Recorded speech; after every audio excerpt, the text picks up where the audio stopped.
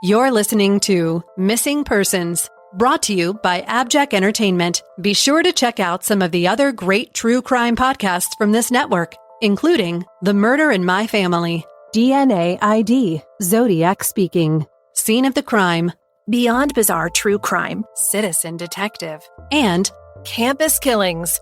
All of these podcasts are available for you to binge on right now, wherever you listen to podcasts. Subscribe where you're listening to this podcast so you don't miss an episode. The views and opinions expressed by guests on this podcast do not necessarily represent those of the podcast, its creators, or sponsors.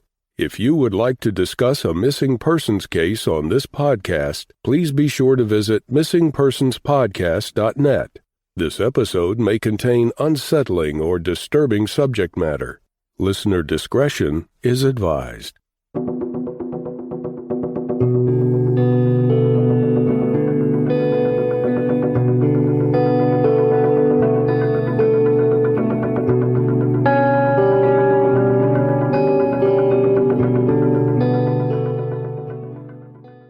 Welcome to Missing Persons, a podcast dedicated to spreading the word about people who have vanished under mysterious or unexplained circumstances and the family members who are looking for answers.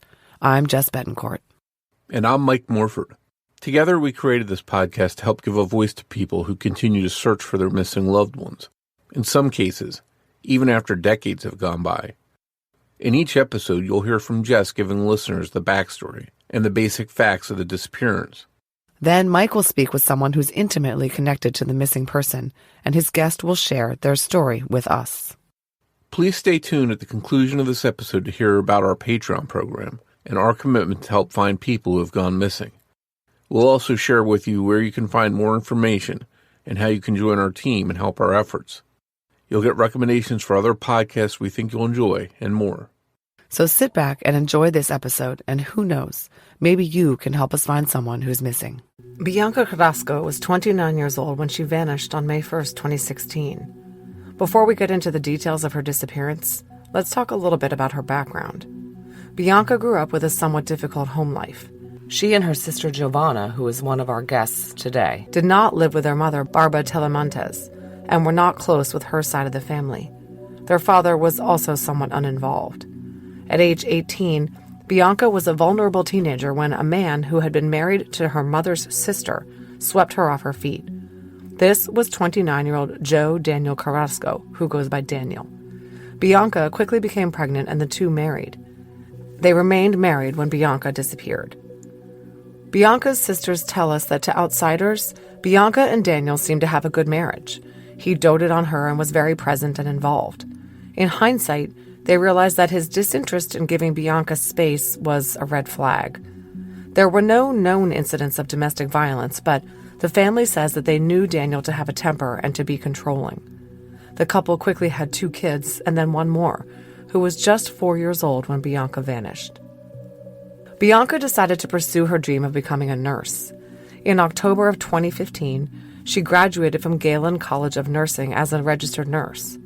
After that, the family of 5 moved to a neighborhood in the north side of San Antonio, Texas, and Bianca found work as a nurse, a job she adored. However, around this time, Bianca's relationship with Daniel deteriorated. Sometime around March 2016, the couple began having drawn-out arguments. Her sisters found out right before Bianca vanished that she was struggling in her marriage, was seeing someone else, and planned to leave Daniel. In fact, she had changed her Facebook status to divorced, even though no legal action was filed. Bianca had apparently made an appointment to see an attorney, though, because custody of the couple's 3 children was at issue. On Wednesday, April 27th, Daniel, claiming to be worried about his wife, accessed her phone records and discovered that she was seeing another man. He apparently called this other man, calling him out on seeing Bianca. He was angry and said some threatening things to Bianca that scared her enough to make her leave work early. The next day, Bianca sent a text to her sister that read, "Daniel emptied the account and opened another account without my name on it, so I have no access to money except my credit card, which is almost at the limit. I will not be controlled by a man and money," end quote. She went on and got a new phone, one that Daniel could not access. That same night, she had a conversation with her sister on the phone. She expressed that she was struggling with personal issues and that she wanted out of her marriage. A few days passed. Then, on Sunday, May 1st, Bianca spoke with her sister on the phone around 2:30 p.m. This from a post from her sister about the phone call, quote, "She was very frustrated and annoyed that her husband would not leave her alone, and he kept asking if they were gonna work it out. She also spoke about getting a lawyer that week because she was tired of fighting and felt like they could not come to an agreement when it came to a divorce and splitting assets on their own. She made jokes in that conversation and sounded like herself," end quote. That evening around 7:30, Bianca drove off in her car. She returned home around 10 o'clock and the two had an argument about where she had been and who she'd been with. One of her children heard the argument. Bianca did not show up for work the next morning. Daniel told her sister that she had left the house on foot, saying she was done and leaving, taking nothing but her phone with her. This was very uncharacteristic of Bianca, who had a car and did not prefer to walk and who would not have left her children. Daniel said that he had taken the couple's youngest child to Odessa that night as he had to work the next day, and they passed Bianca walking. He left their older two children, ages 10 and 9, home alone overnight. He said that he believed Bianca would return to the house so they wouldn't be alone. But Bianca was never seen again. Bianca's family was not told that she was missing until Monday afternoon around 4 o'clock p.m. When they told Daniel they wanted to file a report with the police, he texted, "No, sister, just let her be for a little bit." Giovanna wrote back to him, quote, "She still doesn't have her car?" And Daniel answered, "No, probably using that guy's." When the family tried over and over to call Bianca, her phone went straight to voicemail. Police believed it was turned off, something Bianca never did. She hadn't shown up for work on Monday or Tuesday, which was unheard of. Bianca loved her job as a nurse and would not have just skipped her shift. On Tuesday, May 3rd, after Bianca again failed to show up for work and remained missing, the family filed a missing persons report for Bianca. The San Antonio police commenced an investigation into Bianca's disappearance. Police looked at her phone records. Her last incoming text, received just before 10 p.m., was from the man she was seeing, whom she had been in steady contact with that evening. At 10:22, her phone pinged for the last time. It was in a location near her home. Police questioned Daniel, who told them that Bianca had just left and taken only her purse and phone. He gave them a description of what Bianca was last seen wearing for her missing persons bulletin and flyers. He told police he left right after Bianca walked out, taking the youngest child with him to Odessa. He admitted that he left two of the kids home alone, and because of that, the Child Protective Services Department took the kids away temporarily. Eventually, the children were returned to Daniel, who retains sole custody. He has not allowed Bianca's family to see them since that time. Police searched Bianca and Daniel's house with a forensics team and cadaver dogs. Results of the search have not been released to the public. They did not search the vehicles. They attempted to pull surveillance footage from Bianca's neighborhood, but have said there were no cameras in the area. They reviewed her bank records and noted there has been no activity on her cards. They also questioned the man Bianca was seeing, whom they said was cooperative and has been cleared. Daniel, on the other hand, has not been cleared, and he has stopped cooperating with the investigation and has retained an attorney. However, Bianca's case is classified as a missing persons case, even though they agreed initially that foul play might have taken place. The family believes that Bianca suffered harm and that multiple people were involved in what happened to her. Officer Doug Green of the San Antonio PD told the media that police have found no concrete signs of foul play. Bianca Carrasco was last seen in the 16,000 block of Walnut Creek Drive in San Antonio, Texas. She was wearing a blue jean jacket, multicolored leggings, and wedge shoes. She also had a pink Prada purse and black Prada wallet. Bianca is 5 foot 1 inch tall and 125 pounds, has shoulder-length brown hair and brown eyes, and has a large surgery scar on her abdomen and a tattoo of the letter B on her hip. Mike Morford sat down with Bianca's sister Giovanna and her good friend Julie to talk about Bianca's case. That conversation is coming up after a word from our sponsors. My name is Mike Morford. Some of you may know me as co-host of the podcast Criminology. I'd like to tell you about a solo podcast that I host, which is very close to my heart. It's called The Murder in My Family. We've all heard about horrible murder cases in the news, both solved and unsolved. Most of the time, we listen for a moment and then go about our daily routine. But have you ever wondered who those murder victims were?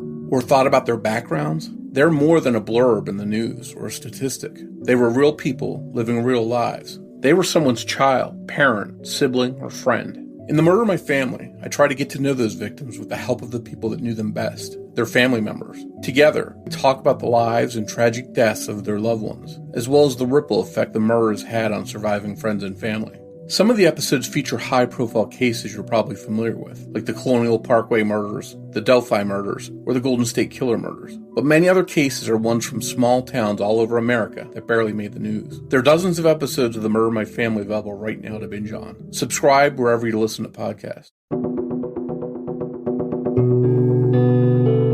With me today are Giovanna, who is Bianca Carrasco's sister, and Julie, who is Bianca's good friend. And I want to thank both of you for coming on to discuss Bianca's case with us.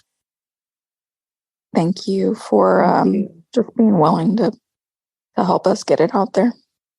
Yeah, we definitely want to help shed some more light on the case and get people talking about it and let people know that it's still, there's no resolution in it. So, if we can help do that, that's what we'd like to do for you. There's definitely a lot to unpack regarding Bianca's disappearance, and we're certainly going to try and do that. Before we do, Giovanna, can you tell us a little bit about your sister, what she was like, and maybe a little bit about her background so we can get to know her a little bit? She was hilarious. I always say she's still the funniest person I've known. She was sassy. She's very, very caring for others, a very compassionate person. And she loved being a nurse. And she worked really hard to get there. So I was going to say she's also a mother. How many children did she have? 3. 3. Okay. So it sounds like she had a lot going on. She's got this new nursing career. She's a mom of 3 kids, so a lot going on.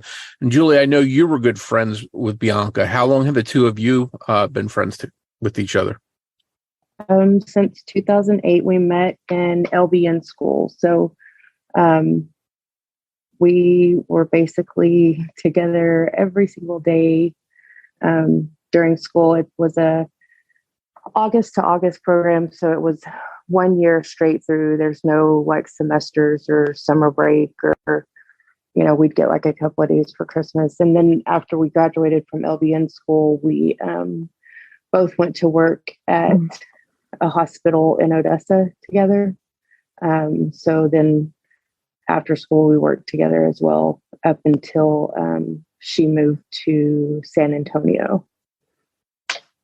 Okay. And we talked a little bit about before we started recording that because of the move, because you had your stuff going on, she had her stuff going on, you lost touch. You weren't able to be as close as you were before that. Is that correct? Right. We both had younger kids, and she actually went back to school to get her RN. So we had talked a couple of times here and there while she was doing that. I helped her with some homework a couple of times, and I had a son that was playing travel baseball. And we were supposed to have a tournament there in San Antonio. So we had talked about that, and we're going to go and stay with them to visit while my son played baseball. But then it ended up getting rained out, so we didn't get to go. And I want to say that was like maybe 6 months before she went missing. So. Okay.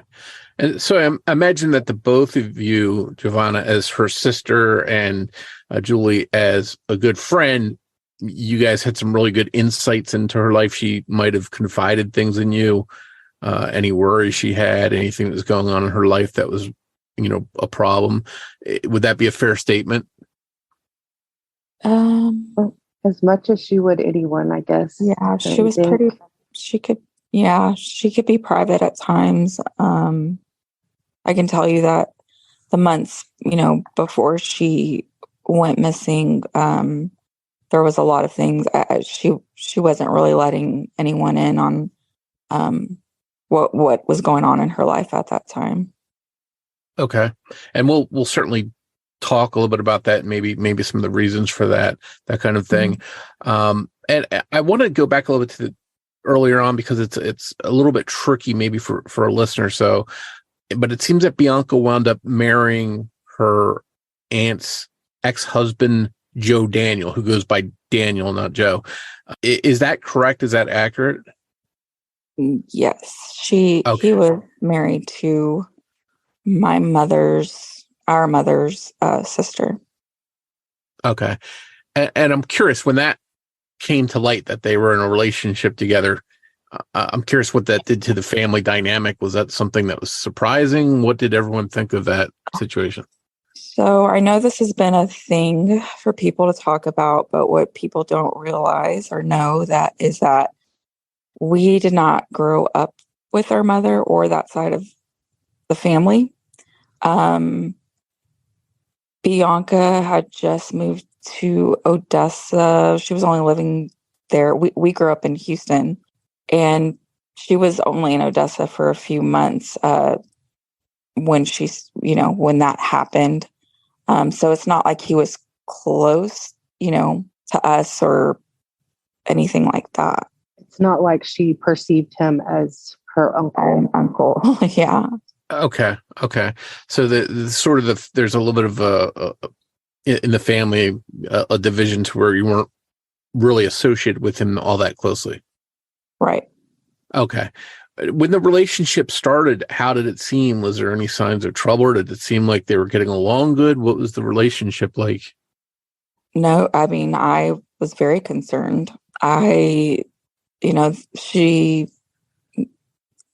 She got pregnant with their oldest right away, and I was concerned about the controllingness, I guess it was, to me, toxic. And she was young and he was much older, and just a lot of things like that. No one was ever a fan of that happening. She's just my sister. And so that I just supported her and what she wanted to do. Sure. Even if you had some concerns, you wanted to be there to support her in her decisions, it sounds like. Right. And she knew. I mean, I expressed my concerns, and so. And so they were married for, what was it, about 10 years? Is that correct? Yes. Okay. And they had 3 kids together. What was the relationship like as time went along? Did things get better, worse, or what was going on in their lives?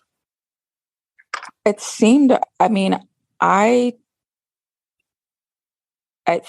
that it was getting better. I mean, according to friends and people I wasn't living in Odessa. So I guess her friends were able to see more than I did. And it seemed like it was getting better. But I wasn't there in her day to day. And like I said, she could be more private about things. So I know that from my viewpoint, they seem to have a great marriage. I would tell people it was like he worshiped the ground that she walked on. He was like very attentive and, would show up at the hospital where we worked at, like unannounced, to bring her breakfast and coffee or, things like that, which could also be viewed in a different view. The controlling aspect of just showing up unannounced and hanging out at work whenever, we're working. But, they did also argue. I witnessed that too, but it was just real juvenile back and forth. Never anything wherever I thought that would be anything physical. I just, I was younger back then too. And looking back on it, I see it differently now than I did then. But for the most part, on the outside looking in, you would think that they had a great marriage. Okay. And was there ever any allegations or any, did anybody else witness any kind of abuse or anything that turned physical along the way? No, I don't think that he was ever, as far as I know, ever physically abusive. I think she would have definitely said something. I don't know that she would have, honestly. I know that in the beginning of their relationship, and, that's where, her friends met her at a different season in her life. But the beginning of their relationship, I mean, I witnessed holes in the walls, so whether he put hands on her or not, I don't think he ever did that. But I do know that their arguments got out of hand. When they argued and got into arguments, they wouldn't talk for days, which that is just, and I say days, sometimes weeks. So I know that part of it. And I don't think her friends would have known that unless she shared that. And I think that's why it's so interesting to have both of you on her at the same time, Right. because you're Right. seeing this from different perspectives, Right. maybe the perspective that Bianca wanted you to see from, or just that you were able to see from. But it's interesting to hear both of you talk about that and have some differences of thought there.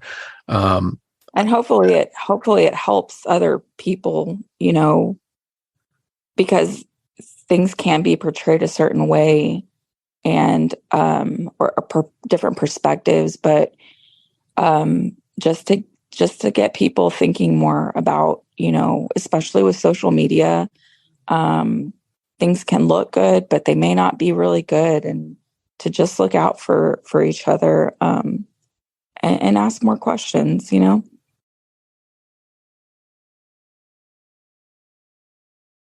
Eventually, Bianca listed herself as divorced on her Facebook page. Did the marriage come to an end where she did get divorced, or were they starting divorce talks, or what was up with that divorce, as far as you know?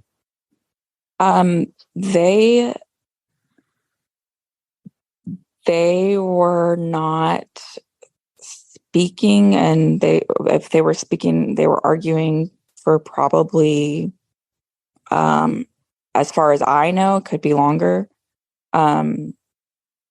March, a couple months. And she never told anyone that there was no speaking of divorce until the very, till closer to her disappearance. So yeah. And this is obviously important because we're getting to the time where she disappears, and I think it's been reported or posted on social media, one of the two, that on Wednesday, April 27th, Daniel found out about some communications she had with other men. Can you expound on that a little bit? Discuss that a little bit. So for me,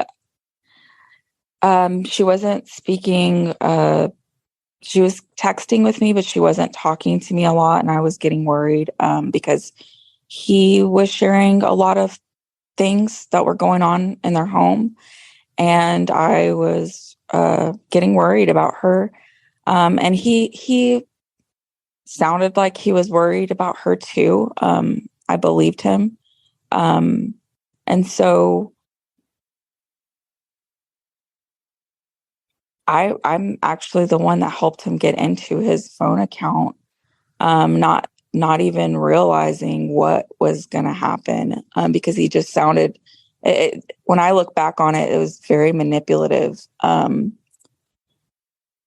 because he sounded like, he was genuinely, he cared, and that's what I'll get into that further after her disappearance. But to be so concerned with, if she's hanging out with people she's not supposed to be, or he spoke about doing drugs, things like this, and she's not really in communication with, her friends from Odessa that have known her longer.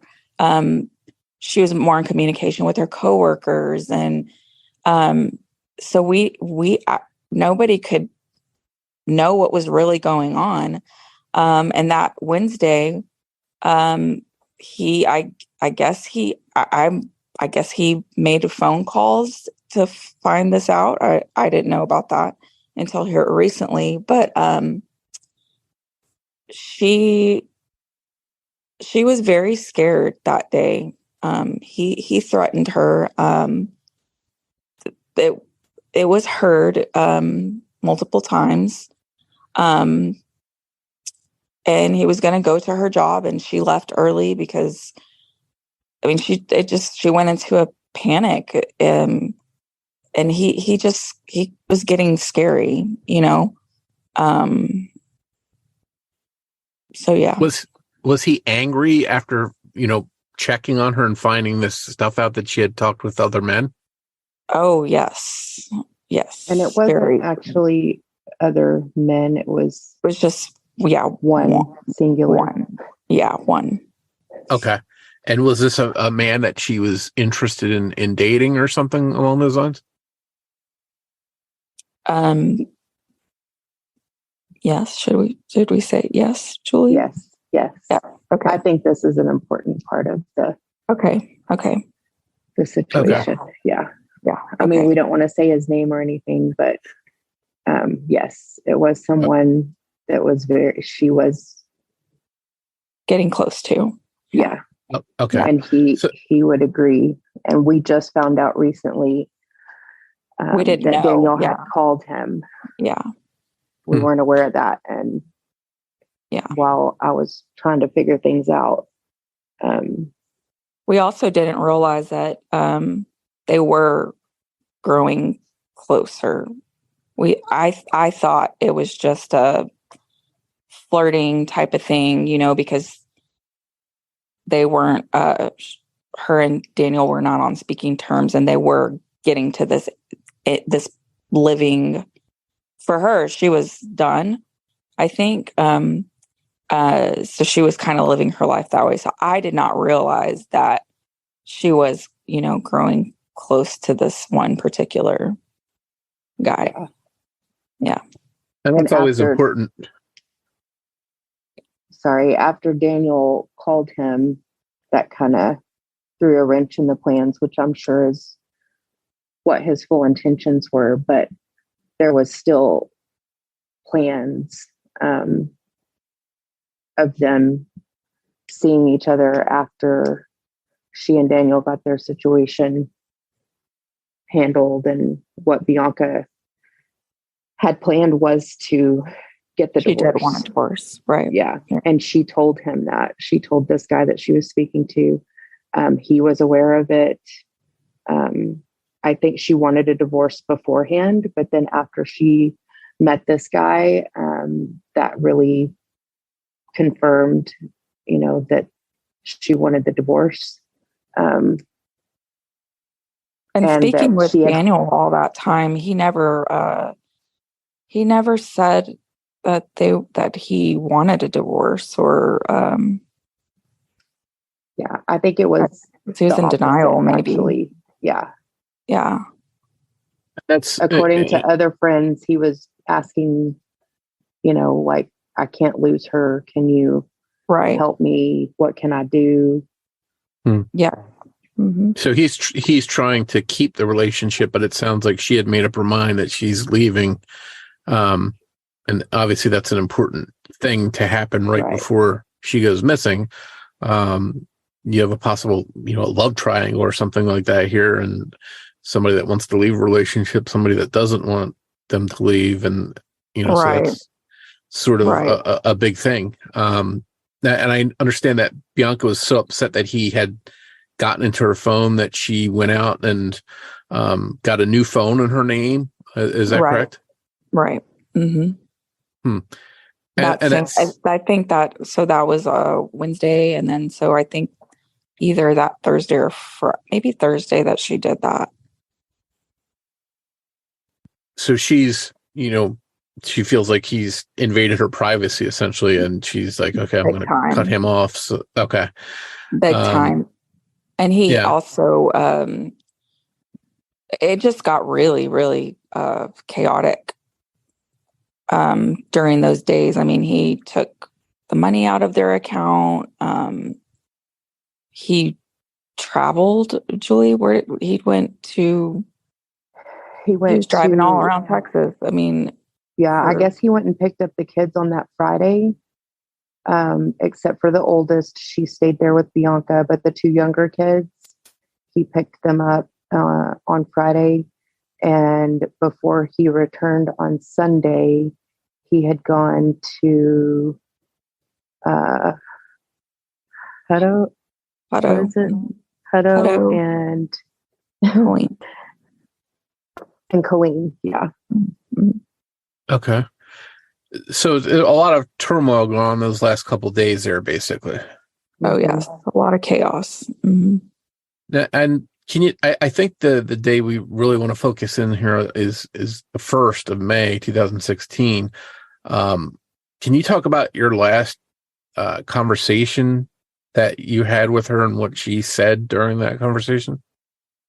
So I spoke to her that afternoon, and she told me that she had made an appointment for that Friday to, because I had told her that she needed to get a lawyer because it was getting messy. And she didn't think she should at the time, but then I don't know what transpired on Sunday. I'm sure another argument, but she told me that she went ahead and made an appointment that Friday to go see a lawyer, that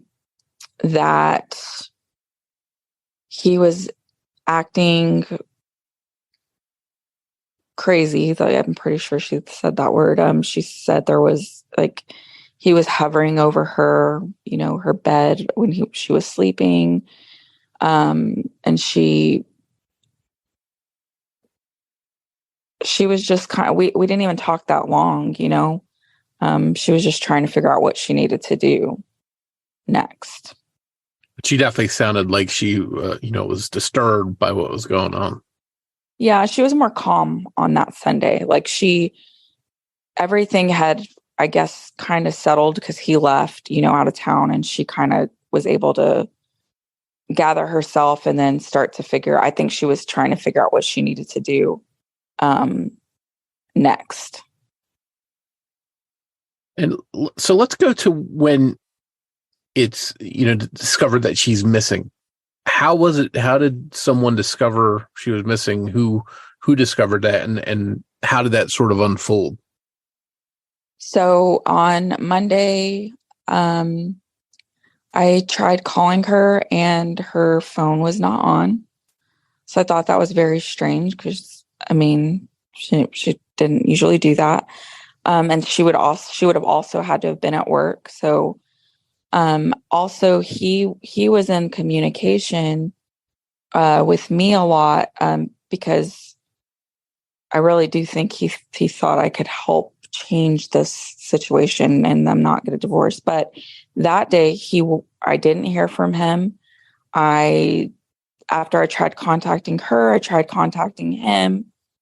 And he was very short. He sounded very different than he had.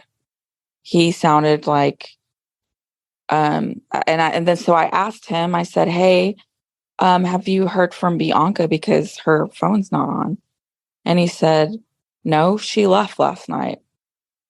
And I said, what do you mean she left? He's like, she left the house. We got into an argument and she left. I said, what? But she got in her car and left? What are you saying? And he said, no, she started walking from the house. And I said, you saw her. You passed her, you saw her walking? And he said, yes. And so my mind is just like, I'm just like, well, what? And so I'm like, what do you, so y'all were arguing and she got mad and, started walking away, and then you left and you left the kids. That's was my thing. I'm like, you left the kids. Excuse me. And he said, yeah. And I said, well, Daniel, like, where did she go? What? He said, I don't know. She probably left with that guy. And my mind just started racing. So I called my sisters because I wasn't on Facebook at the time. So I asked them to check to see if she was on Facebook or anything that day to see where she was, or try to get a hold of her through Facebook. They couldn't get a hold of her. So I start to panic a little, and I said, and we called her job, she didn't show up, which was, again, not like her. So the next day I said, if she isn't at work tomorrow, then I'm calling the police. So I waited for the office to open up, and I called and she wasn't there. And I let him know, like, can you let me know if she shows up? And they sounded a little concerned too, because it wasn't like her. And that's when I was like, I'm calling the police. They had me call the Houston police because I live in Houston. So they came to my house, and I shared with them what was going on. And they asked me, why hasn't the husband called? And I said, I don't know why he hasn't called. He didn't want me to call. He told me to leave her alone. He said, just leave her alone. Just leave her be. And I was just not having that, So the police asked for his phone number and that they would try to call him. And right there on speakerphone, they asked, is maybe to speak to Daniel. And he told them that he had the wrong number, that they had the wrong number. And I heard it, like I heard him say that. So then, from there, it was getting San Antonio police involved, trying to get her listed as a missing person, because none of this sounded good at all. Did you have a gut feeling that something was wrong, or did you think there was any real possibility that she had gone off someplace? No, I was terrified that something, I didn't know. I did not want to automatically assume that he did something to her. When he said she walked away, I was like, how would she walk away? And he told me she didn't have her things and she left her car, and I thought, did somebody take her, or just all these thoughts, I knew it was bad. I knew it was bad. And I'm curious, obviously at some point the police did make contact with him and he couldn't really say that they had the wrong number. Was he cooperative? What did he have to say? Did his story change at all? So I think once he, realized that I'm not letting this go, he did. He was actually the one that shared the description for the missing persons flyer, with what she was wearing, and that she did have her purse, which was nothing that he told me. He told me he didn't remember what she was wearing. So another red flag for me. And in the beginning, he was cooperative. The problem is that CPS got involved that same week too, because he left the kids. And he was really upset about that. And so when you say he left the kids, he left them like home alone while he went out. Home alone. They were home alone until I think, Julie, is this right? It was 8 o'clock the next evening. Oh, wow. He said that he left to go back to work in Odessa, that he had to be at work Monday morning. And just let the kids defend for themselves? Well, that was he said he thought that Bianca was going to go back. Yeah. Okay. And how old were the kids at the time? I think 10 and 8. Yeah. Melania was 4. Yeah. And obviously Bianca didn't come back, so the kids were on their own, and then UPS gets involved.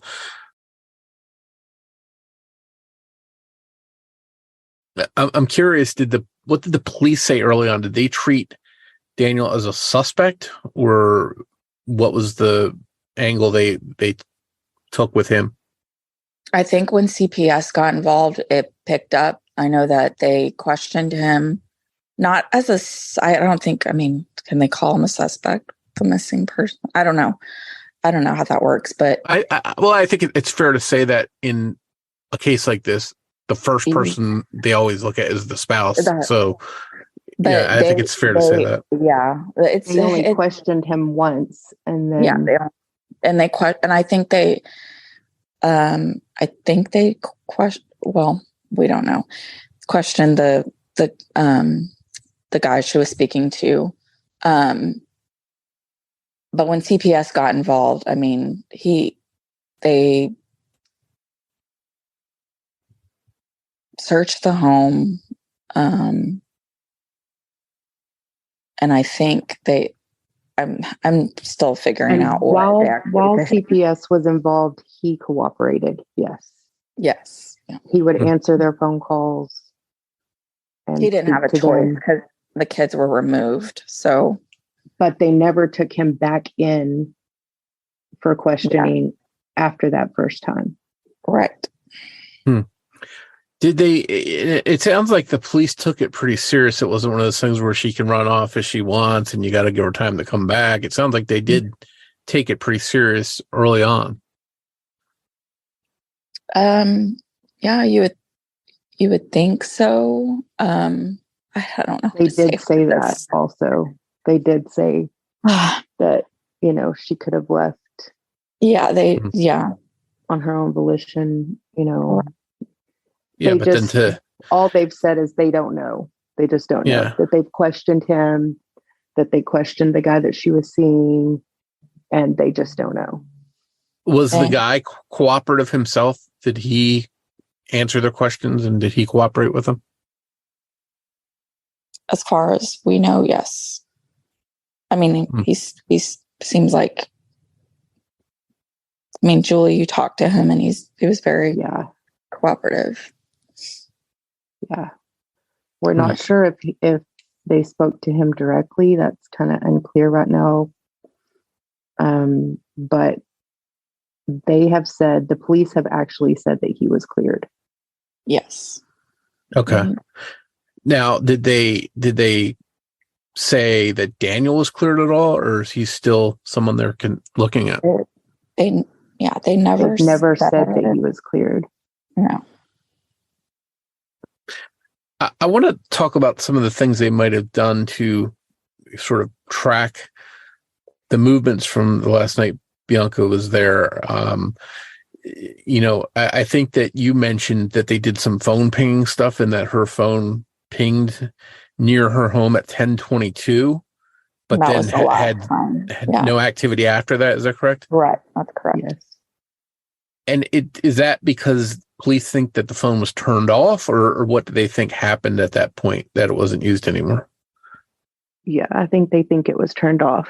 Yeah, especially because the following day it was going straight to voicemail. Okay.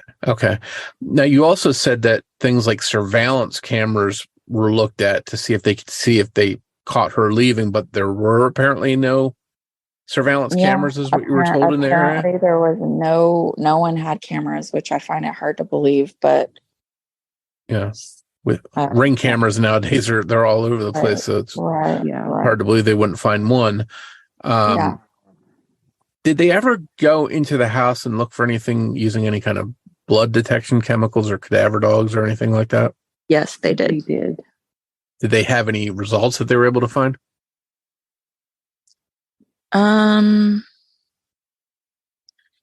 They, Julie, I don't know what we should say or not say. and please don't say anything that's going to jeopardize. Yeah, and that's what I don't.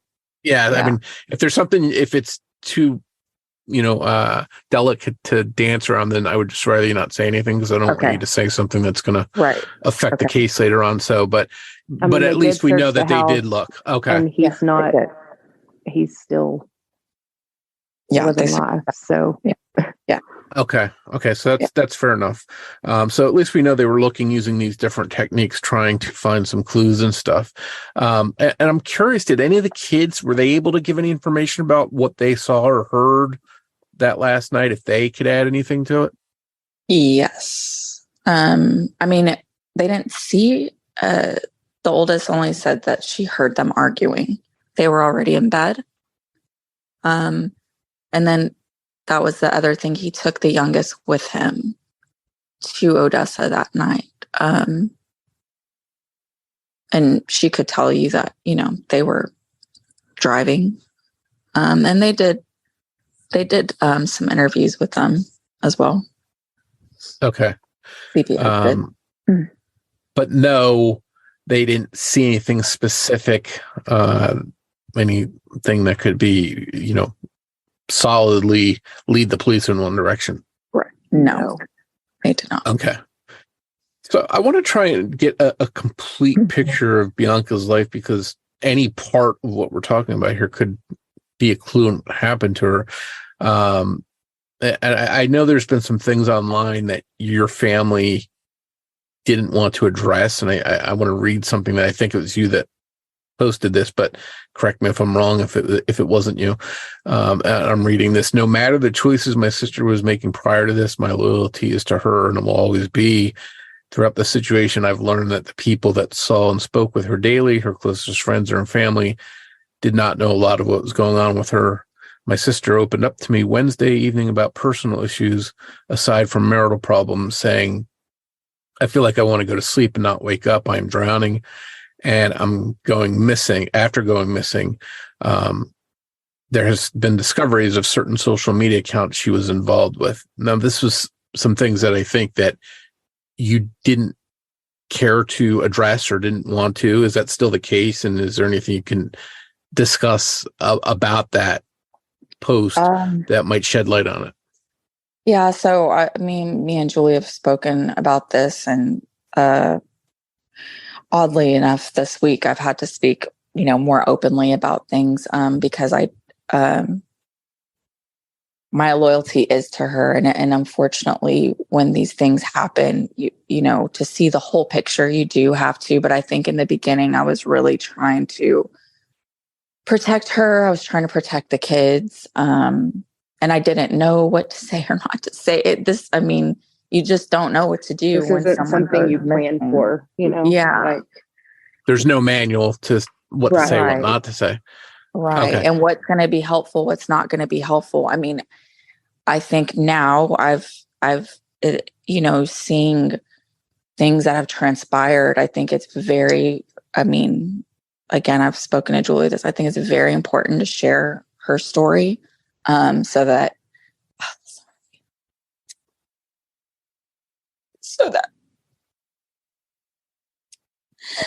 Take your time. She didn't go missing in vain, but that this would be, again, like I said, to help others, and for people to just see beyond what you're seeing in front of you is not always the case. Gosh, we can't bring Bianca back, but maybe through Bianca's story, we can help other people. Right.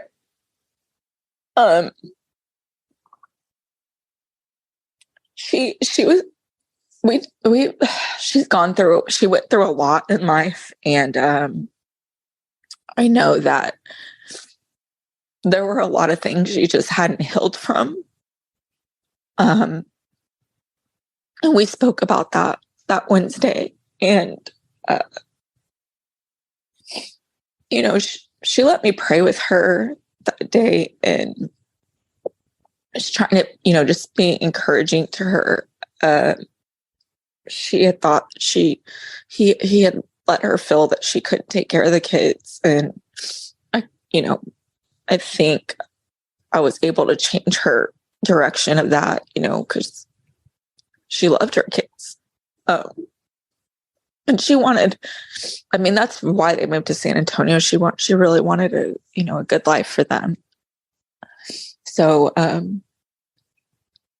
I think when everything just happened, I think she saw things with his behavior that day. She just saw things maybe flash in front of her. Another big important thing, I think, with the case is that he had pretty much convinced her that she couldn't take care of the kids, and that she was going to allow him to have the kids full time and her just have visitation.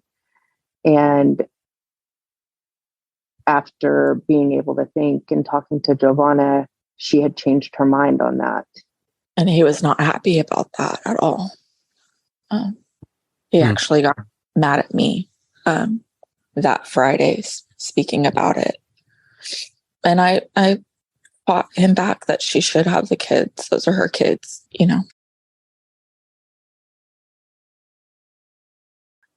Obviously you see cases like this. There's a marriage that's coming apart. There's children involved, custody. There's a lot of things going on that could point to a motive here for someone to do something awful, which results in Bianca going missing. Now, have to clarify here that Joe Daniel hasn't been charged with any crimes here related to this case, to Bianca being missing, but again, he hasn't been cleared from the police radar either. So are police focusing on him as far as or are they looking at other possibilities, other possible motives, or what is your take on that? For me, we've had people, we've had some crazy things, people calling and saying they've seen her and then they clear. There's with a missing persons case, they're not, help me articulate this to me. Anything that comes in, any tip that comes in, they explore every option, every lead. But if there's not she's anything, a missing person, it's just a missing person case, right? So it's not a homicide. It's not, we don't have her. So, and the police have publicly said that they do feel that they suspect foul play is involved. Is that correct? And yes. In the beginning when they spoke about it, I don't know what they would say now. That part has been very frustrating. It has been extremely frustrating. I'm sorry. Go ahead. No, it almost feels like, just here recently, I don't know, timing or is that nothing really was being done. It was just sitting there, and like in the beginning, I feel like there was a lot of digging that could have been done. We feel like it went through too many different department people's hands. We've just learned recently that the files, like the case files, are actually paper. They're not what I guess, me personally, I had assumed that they were like in a computer system. And just recently, like within the last week, we found out that everything was done on paper. They're now migrating everything into a computer system, but this whole time it's been on paper. So you've got CPS who has their case that they did all their investigations. You've got the missing persons unit where they do their investigations and gather their information, which is all written down or printed out if you send in an email or what have you. And then you've got whatever detectives. It's been through several different detectives since the time she went missing. But, think about all these different files, and it's like, there was nobody to put all of these things together, it seems. And obviously the case, has some moving parts and stuff like that, but is it accurate that it's been moved to the homicide department now? The homicide department helped. Yeah, where did you get that information?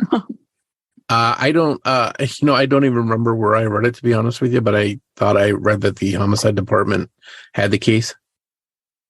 Oh, at one point. They did. Yeah, they did at one point. Mm-hmm. Okay.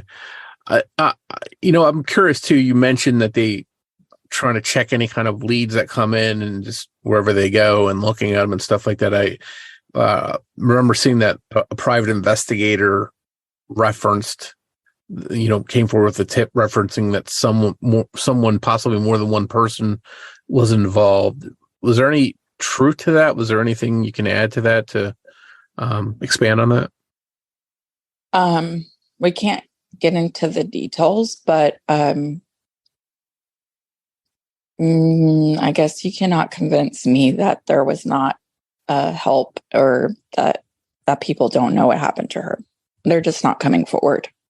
And I guess that's what we're hoping with putting, the podcast out, or Julie helping with the page and stuff, is that, there's people out there that have to know, and they feel like maybe they didn't want to say anything initially, but now it's been 7 years.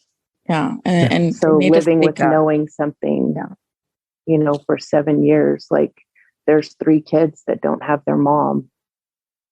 Yeah. It's obviously tough. It sounds like it's very tough for both of you, that you've both been very upset about this, but obviously the kids too, missing their mom. How are they holding up? How are they dealing with all this? None of us are allowed to. Yeah, we don't have talk to them. I haven't seen them since CPS gave them back to him. Okay, so Daniel does have custody of the kids at this point. Yes. And at that point, he stopped any cooperation in the investigation, as far as we're told. Yeah. Oh, that's just a very, very bad situation all the way around. And it sounds like you're really focusing on keeping the case out there. You're talking about social media and stuff like that. If listeners want to learn more about the case, or maybe they have a tip that they want to share with you, they want to reach out to you, what social media pages or what websites can they go to communicate with you or find out more information about the case? We started a new Facebook page. Initially, we had one. It was Help Find Bianca Carrasco, but it was hacked and we're not able to get into it. So I recently started a new page that's Help Us Find Answers for Bianca Carrasco. So that page is live, and Giovanna and I both are administrators on there, and we're just trying to, get the word back out there. It's been 7 years. She had lots of social media news attention initially. But then there was also a lot of things put out there that weren't all true. And then, we were trying to not say certain things to try to protect Bianca and her image, or, people saying things. But, Giovanna and I have talked about it, and it's her story. It's important. Some of these things that have been left out, I feel like, are very crucial to the case. So we agreed to start the Facebook and help us find answers for Bianca Carrasco. And I didn't share this with you. Is that Mike? I'm sorry. Yep, it's Mike. Mike. Okay, Mike. The timeline as far as this marriage, she was only 18 years old. And he was 29. And he was 29 years old. And not to get into too many details, but should I say about Julie? I mean, do I just about like the? Yeah, I mean, I would. Okay. So this is something, maybe the listeners will maybe think about. People are, gosh, they say some really awful things online. But she, we obviously come from a rough background. I mean, our mother's in prison. Our dad is not, not a part. He hasn't tried to find my sister. And it was rough growing up. And she gave a baby up for adoption when she was just turning 17. My dad made her give this baby up for adoption. And so if you do the timeline, she never got, help or counseling right when that happened. And a year later, she's trying to figure out life all by herself with no family support. And then then here comes Daniel just getting right in there at a very vulnerable, broken time in her life. So it's not as like cut and dry as, oh, they got married and, no, there was a journey here that got here. And that's the part that we have, I haven't shared a lot about. But I would ask, when you see people or you're hearing these podcasts or you're watching these shows, like think past what you're seeing, that there's a story behind that, and how they got there. And to have empathy for that, she didn't just marry her uncle. She didn't just go and have an affair. I mean, just these things. It's not like that, No. And I think what's tough on these cases is when somebody disappears or is murdered or whatever the case is, there's a giant spotlight that's shined on someone's life and everything is sort of turned upside down and things are exposed and not everything's understood or not everything is accurate. And I think that's the downside to something when this happens. The person's life is sort of on display for everyone. Especially with the media. It's like, oh, she married her uncle. Well, let's put that as run with that point in the middle of it all, is she married her uncle. When in reality, she didn't have a relationship with her mom's side of the family. So therefore, I've seen comments where it's like, where are the parents? It's like, well, they're not there. Our parents are not there. And I've even told Julie, and I think she's agreed with me, is that even, me speaking as her sister, being that point of contact, I don't know that I was taken as seriously if there were parents, and I've spoken to my mother about this, that I don't know that they worked as hard because they saw just a sister and maybe they didn't, it's like, well, They were like, oh, well, her parents aren't even here to ask where she's at or be involved in the case. It's just this sister, and she married her uncle, and, you know, we'll just keep blowing smoke. And, you know, if something comes in, we'll investigate it. But other than that, they just, you know, versus And the cases that you see of people that have their parents that are like, that they have the family support. They have, yes, you know, to be out there saying, fighting, you know, that's just, it's sad. Yeah. Very, because I know she's not the only one, you know, I mean, yeah, we talked about that. I was like, you know, think about the people who have gone missing that don't have anyone. Yeah. And they just don't really investigate it because who cares? You know, like there's not anybody here advocating for them. So. Well, and speaking of advocating, you both are doing a very good job of keeping this story out there and not letting Bianca be forgotten. It sounds like you're going to continue that fight.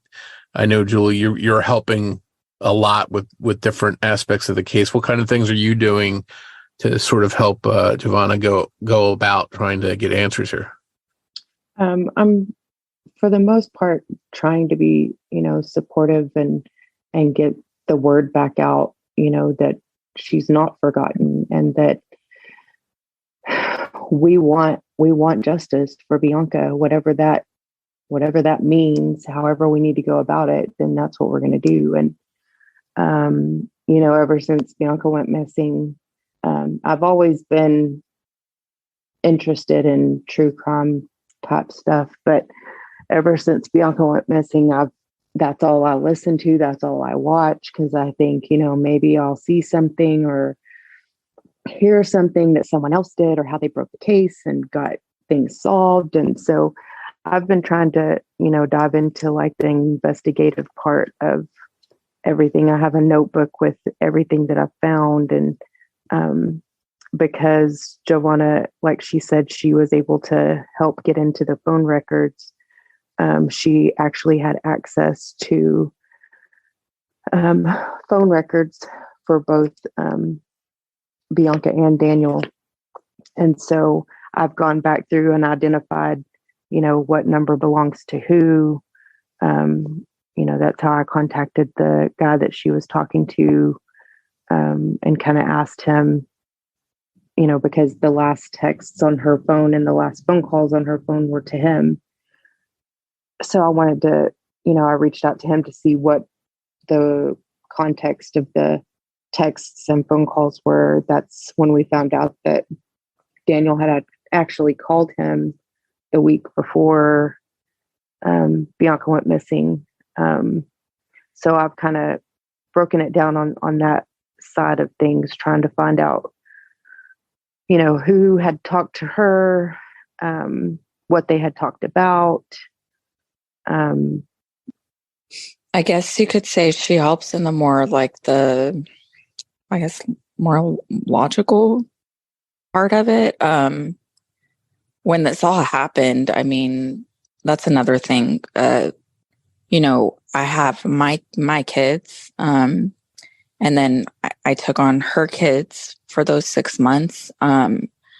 It was very traumatic when she went missing. So I've done the best that I could, you know, however I could do it. And so Julie's helping with the, you know, details because I can't do that all the time. I'm just one person, you know? Yeah. Yeah. And without absolutely. her having the support of, you know, what normally would be family in these situations, it's just not there. So I've tried to help with the details of it and sending in what I've found to the police department. And then she and I going over things of what she remembers versus what I've found out, and trying to just kind of put the pieces together so that we can get it into the to SAPD so that, maybe something I see that they didn't see can help. I mean, also letting them know that it's not just her, I'm here too, and we're going to push and push and push until they get us some answers. Well, it sounds like you guys make a good team and keep going and keep trying to find out what happened. And I wish you well, and we'll definitely do our part and spread the word and get get it out there that this case needs some help. So we'll do our part. Thank you. Thank you so much. Thank you so much.